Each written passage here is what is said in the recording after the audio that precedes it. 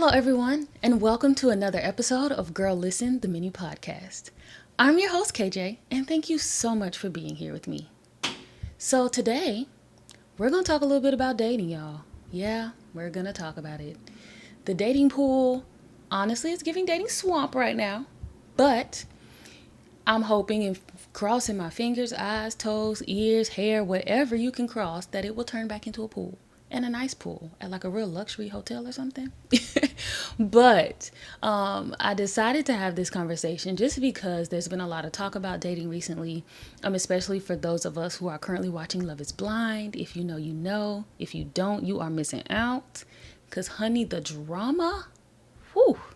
But aside from all the drama, on a serious note, there were a lot of conversations and just a lot of things that I've seen on this episode that have honestly been a direct representation of what the dating pool looks like right now, especially for a lot of young women and a lot of young career women. And so I feel like it would be a good conversation to have. And for me, I can't even say that I took dating seriously in my young 20s, especially not until after I got out of undergrad, right? Like in college, there'll be people you like here or there, but I feel like it's a lot easier to date then because most of the time, you're on the same campus, you live in the same city, and the only things you really have to take into consideration as far as time-wise is, classes, any extracurriculars, work, but it still kind of adds that layer of ease, I would say, for me personally. When I got out of college, I very quickly realized that, oh shoot, we all don't live in the same city anymore. And, even trying to schedule meetups with my friends and my girls is like, oh shoot, y'all, we actually have to plan stuff. Like, it can't be a last minute, hey, let's go get food. Or, hey, let's do this weekend. Like, you actually have to plan things and take into consideration not only yourself and your schedule and what's going on in your life, but you should be doing those things for the person that you are in a relationship with. And you should still at least be able to make time to date if you're going to be in the dating pool, right? So I knew that if I was not in a space where I was ready and willing to dedicate that kind of time to someone, I wasn't even in the space to be dating because, I didn't want it to be like, all right, I met somebody, I like them, they like me back, but I'm actually not ready to give this time that a relationship is going to take. And so I didn't want to waste anyone's time, and I definitely didn't want to waste my own.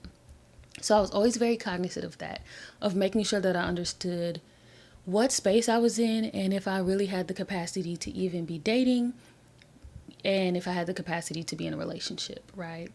So that allowed me a lot of space to grow. It allowed me to figure out what I wanted to do with my life, at least in that moment.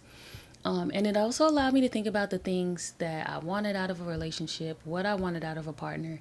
And even better than that, it also allowed me to think about the things that I wanted to bring into a relationship and the things that I was willing to do in a relationship. And then also just some of my deal breakers and some of my boundaries. And I really thought, okay, I got this all planned out. We're good. Y'all, when you're in a dating pool and thinking about relationships, setting boundaries is going to be great. It's great to set boundaries. It's great to have boundaries, but you also need to make sure that you are standing firm in those boundaries. And that was something I honestly did not start doing until now, until I reached like 29, 30. 30-year-old me said, girl, these boundaries are boundaries and we're not budging. And we don't care who cares. These are our boundaries. And if you can't abide by that, you can leave. And I love that so much. But yeah, in my mid-20s, I had my boundaries, but they were a little loose. It was like, okay, it's not that bad, or maybe I can deal with this a little bit.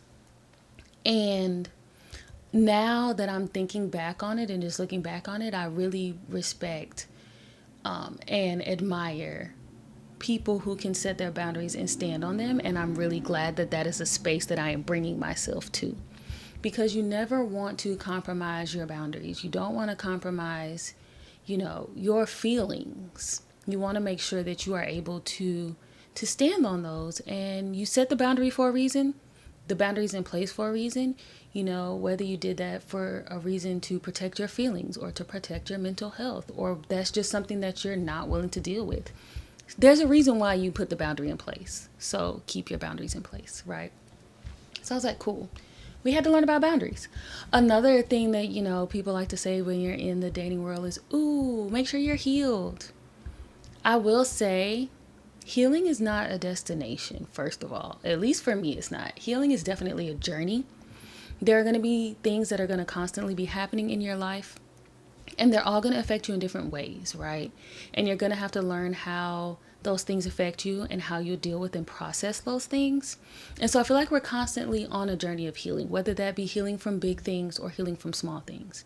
But I do think going into the dating pool and going into relationships that you do need to at least be aware of the things that are triggering or traumatizing to you, and really understanding how those things have impacted your life, and at least be working on healing from them.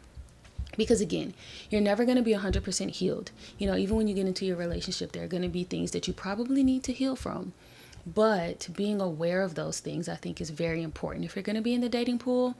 And then also not expecting someone else to heal you, and not expecting someone else to complete you, and not expecting someone else to make you happy. Those are things that I can 100% agree with.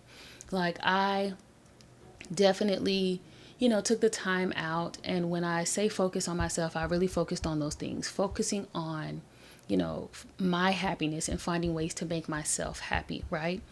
Focusing on ways to really love myself enough to set my boundaries and stand firm on my boundaries, right?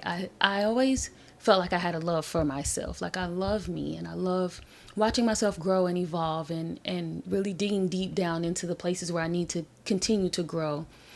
But it wasn't, again, until I hit that 30 mark that I realized, like, okay, yes, I love myself, but I have to love myself enough to stand firm on the boundaries that I have set in place, to not let things slide, to understand that I put these boundaries in place for a reason. And to know that if someone cannot respect those things, then that is not the someone for me, and that's okay. And those are all things that started to feel really good for me, because I'm like, no, now I feel like when I enter the dating pool, or as I'm in the dating pool, I am entering it in a better space. I'm entering it for different reasons, right? I'm not just out there because I feel like, oh, I have to have someone, or I just want to be with someone, but because I know that I'm in a place where I can be with someone if I choose to be. Because I do think that having a relationship and having a partner is a beautiful thing.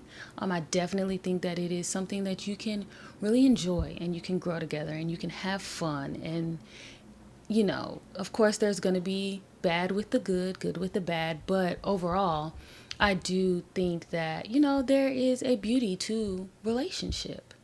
However, I wanted to make sure that I was able to see that same beauty in my relationship with myself.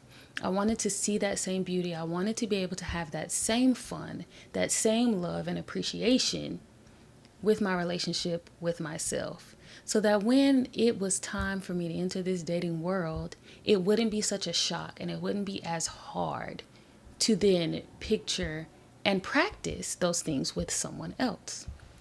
But y'all, when I tell you, this dating pool sometimes feels like a dating swamp. It's very, very interesting to me to see, because on one hand, you have the people who are in the dating pool for what may seem like the right reasons, and then you have those that don't. And then you get the random person here or there that just makes you question, like, you know what? Why am I even doing this? Like, really, I'm good by myself. I am. And so it's just I feel like it's a very interesting space to be in, especially now, because I feel like my age is getting more serious by the day, but the dating pool is not getting more serious. And I've had a few conversations with a few different people, and it's like, well, with your age now, you can date a lot older. Like, your dating range is a lot higher now. And it really didn't hit me that my dating range was higher. Like, for me, I always thought I had to date someone that was the exact same age as me. Like, I don't know, it just made sense. But now realizing, like, no, because for the maturity level and for where I am in my life, like, I probably would have to expand my dating range a little bit higher to find what I'm looking for. And y'all, that scares me a little bit. And I think for me, it is the seriousness of it that scares me, because it's like, whoa, that sounds so serious. And I have to make myself remember, okay, but this is just dating. You can go on a date here and there. This is just having fun for right now. This is just getting to know people. This is just getting to know someone. These are just the first building blocks. And so I really had to, and continuously have to have that talk with myself so that I understand that and I don't get overwhelmed, because I will get overwhelmed to say, you know what, forget it. I'm going to go get a dog, and me, my dog, and my plants are going to live happily ever after for the rest of my life. I just have those conversations with myself and say, okay, girl, if it gets overwhelming, you don't have to go on a date. But if you want to, you can, and you should. And so I'm really finally getting to that space where I feel like, okay, we can do this. But boy, have we had some interesting occurrences. I'll tell y'all about one because it was the most recent one, and it also was like the first time one of my posts went somewhat viral, which is very interesting as well. I was in the grocery store shopping, and I felt this gentleman looking at me while I was walking through the store, but I'm not thinking much of it because I'm on a mission. I'm actually trying to find a bag of rice, and for some reason I could not find the rice. So I'm looking around, and it's like every aisle I go on, the only thing I can seem to find is this man, and he is staring at me every time. So I'm like, all right, whatever, cool. So I finally come around another aisle. I'm literally about to give up looking for this rice and just check out the stuff that I have. And he goes, can I show you your cart? And I'm not going to tell you what I said to him because that's going to give away the grocery store that I was at, but just know it was funny. And so he chuckled a little bit. And, we stand there, we're talking. He asked me my name, all the pleasantries. And then he was like, well, can I ask you how old you are? So, of course, that kind of raised a little red flag because, sir, I understand that I look young, but I'm also an adult. And why are you questioning my age? Like, why? But that's another conversation for another day. On the other hand, I love when people ask me how old I am because I love telling people that I'm 30. So I was like, yeah, I'm 30, living my best life, having a great time. And as the conversation goes on, he gets to the point where he asked me on a date, and he was like, well, can I take you out first? He didn't even say take you out. He's like, well, how about we drink some wine and watch a movie? I said, oh, I don't drink. Because, sir, I don't know you. And your first instinct is to ask me to do an activity that requires us to be in someone's home. And I can guarantee you it won't be mine because you're not coming to my place. I don't know you. And I can guarantee that I'm also not coming to yours. So it was very interesting experience. He was very polite, I will say, about it, and took the no as a no. But it had me thinking, and I was like, a lot of these men, and I'm not saying all men, I'm just saying there are a couple, really just want to get drinks. They want to watch stuff on TV, watch shows. And it's like there are so many other things that we can do, especially in the first date / getting to know you phase. And while I love a good glass of wine or a nice little espresso martini, I love me a margarita. I think there are so many other ways that you can get to know someone and that you can have a good time and that you can date them that also does not break the bank. That allows you that space to really get to know who that person is, right? And so, that experience was funny to me. And I don't really talk about dating and stuff a lot online, but I posted a thread and I just said, dating's getting a little boring. All these men want to do is drink and watch shows. And y'all, when I tell you that post had like 18,000 views, like the threads was in a tizzy. And it was really the men on there who were just like so upset. But it also showed me something else. Like, okay, one, a hit dog is gonna holler. And two, you're like I've been saying, and like I think you're gonna find the bad in the good. And that doesn't mean the whole dating pool is bad, but I found a large portion of that population who is just really upset. And it's like, oh, well, maybe you need to choose better men. Well, I don't do that. And this, that, and the third. And it's like, whoa, I'm just talking about one little piece of an experience. And now this has blown up to all men want to do is this. And I'm like, well, there's a certain demographic that fall in that category. I'm not saying it's all men. I'm not saying I'm swearing off dating. I'm just saying that for me, I know the things that I want. And I know that when I start dating and I start meeting the right person, that they will respect those boundaries, they will understand, and there will be certain things that, I don't have to ask for, certain things that I don't have to explain. I shouldn't have to explain that, you can open the door for me. I shouldn't have to ask for flowers. And so I really just want to make sure that while I am in this dating pool, that I am being my best self, that I am in the right headspace to be dating, and that I am also standing firm on all of my boundaries, all of the things that I'm willing to accept, all of the things that I'm willing to offer, and all of the things that are absolutely no hard pass for me. And with that, again, I say thank you for listening to another episode of Girl Listen, the mini podcast. Make sure you like, comment, and subscribe. Share this video, and I can't wait for you to listen to our next episode.